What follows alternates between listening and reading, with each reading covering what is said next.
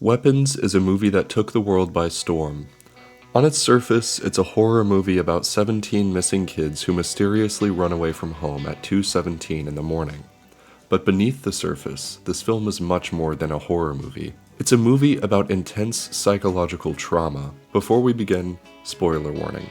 I highly recommend you see the movie first before watching this video. The movie has 6 different chapters, each of them following the perspectives of the main characters and their strange interactions and involvements with the 17 missing children. The first character we follow is Justine Gandy, a 3rd grade teacher whose class vanished overnight.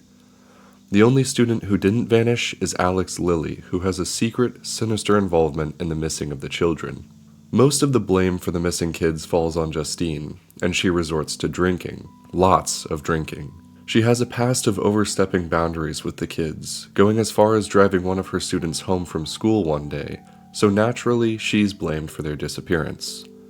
Amidst her grief, she sleeps with an old flame of hers, a police officer by the name of Paul Morgan. The only thing is, Paul is a married man, and once his wife found out about this caused even more trouble for Justine. Not only that, but the parent of one of the children was psychologically tormenting her, so she would give some sort of information up. This parent's name is Archer Graff, played by Josh Brolin. Archer is wrestling with the disappearance of his son, whom he loves deeply. He's falling behind in work as a construction manager due to him spending his time tracking down his son. He even experiences a strange lucid dream in which he enters a house and finds his son sleeping. He tells him that he's sorry he never told him, but he loves his son and he wishes for him to come back home. He then sees a terrifying image of an uncanny woman. Going back to Paul, the police officer, he becomes entangled with a drug addict named James, who he assaults. This leads to Paul eventually arresting James to make sure that he doesn't get fired for abusing his power. The only thing is, James supposedly knows where the missing kids are because he broke into a home and found them in a basement. So Paul decides to follow the lead and goes to none other than Alex Lilly's house. Paul then enters the house and doesn't come out until nighttime, only to pull James from the car and bring him inside too. The next main character is Principal Miller, who has an encounter with a strange woman. She reveals to us that her name is Gladys and is Alex's distant aunt. She also reveals to the principal that she has an ability to control people's minds by ringing a bell and breaking a thorn. If someone's hair is wrapped around this thorn, that person becomes a target.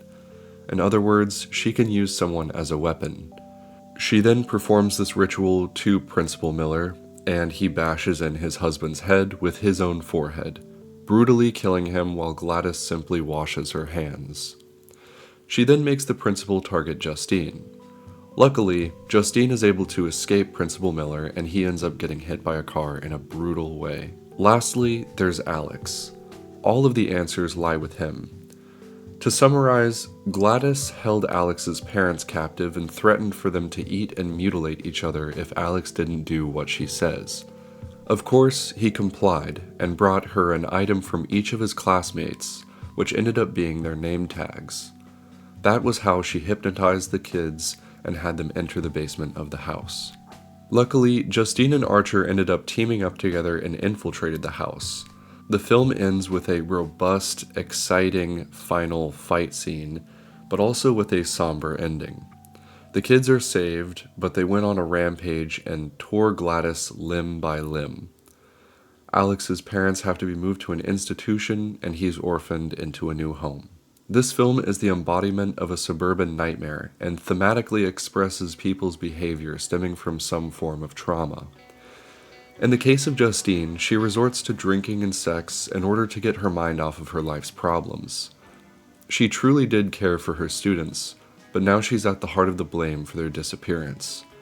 This causes her to behave in a certain way that reinforces this negative belief about herself. Paul is in a similar case. He has a wife who he seems to despise, and a career that may soon be over due to his temper. He's a man looking for an escape from a life that he doesn't want, only he ends up becoming prisoner to a more sinister plot than the one he was already in. In the case of Archer, his obsessive search for his lost son is an expression of his grief due to not being a loving father. This causes him to cast blame on Justine rather than taking responsibility, which he eventually does when he joins forces with her. Principal Miller may not have been guilty of anything necessarily, which makes him the odd one out here. But it seems that this was intentional, the message being clear. Weapons and violence often claim lives of the innocent as well. In the case of James, the addict, it seems his character is used to show the lengths someone will go for the next high. He did want to save the children, but it was for a $50,000 reward tied to them, all so he could go get more drugs.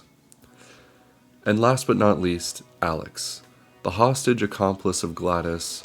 The theme of Alex's story is how children can become abused, even by loved ones, and the kind of trauma that can impose on one's life when trying to live a normal life. Through everything Gladys put him through, Alex had to pretend nothing was wrong and go to school like a normal student, something many are all too familiar with. To summarize, Weapons is a horror movie about a witch. But on a deeper level, it's an exploration of how traumatized people interact with one another, and how that trauma appears to be an endless cycle. Throughout the film, a mysterious triangle symbol appears. This symbol has many meanings behind it, but in the case of this film, it represents the trinity of violence: perpetrator, victim, and witness. All three roles that each of the characters assumed throughout the movie. Before the video ends, be sure to like and subscribe. It's been a while since I've uploaded a film analysis video, but I figured I would go back to my roots and upload once again. If you feel inclined, please leave a comment giving some good movie recommendations that I may be able to analyze in a future upcoming video. Thank you very much for watching, and have a great day. See you soon.